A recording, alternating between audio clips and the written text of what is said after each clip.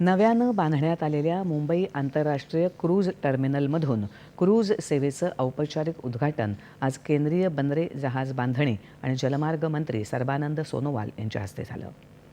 मुंबई बंदर प्राधिकरणानं आयोजित केलेल्या या कार्यक्रमात पर्यटन, आर्थिक वाढ आणि पर्यावरणीय व्यवस्थापनाला चालना देण्यासाठी विकास, वारसा आणि शाश्वतता उपक्रमांचंही अनावरण झालं.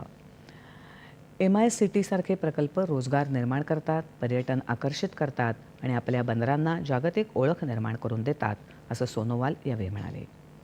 मुंबई बंदर आता आघाडीच्या आंतरराष्ट्रीय बंदरांशी स्पर्धा करायला सज्ज असल्याचं ते म्हणाले. भारताला लाभलेली किनारपट्टी ही निसर्गाची देणगी असून पर्यावरणीय संतुलन राखून त्यांचा विकास साधला पाहिजे, असंही ते म्हणाले. यावेळी केंद्रीय राज्यमंत्री शांतनू ठाकूर यांनी या टर्मिनलचं महत्त्व विशद करताना हे टर्मिनल भारताच्या विकासासाठी महत्त्वाचं ठरणार आहे. याच्या कार्यान्विततेमुळे एक उज्ज्वल आणि मजबूत सागरी क्षेत्राचा मार्ग खुला झाला आहे, असं ठाकूर म्हणाले. 4 लाख चौरस फूट क्षेत्रफळ असलेल्या या MICT टर्मिनलची दरवर्षी 500 क्रूझ जहाजं आणि 10 लाख प्रवासी हाताळण्याची क्षमता आहे.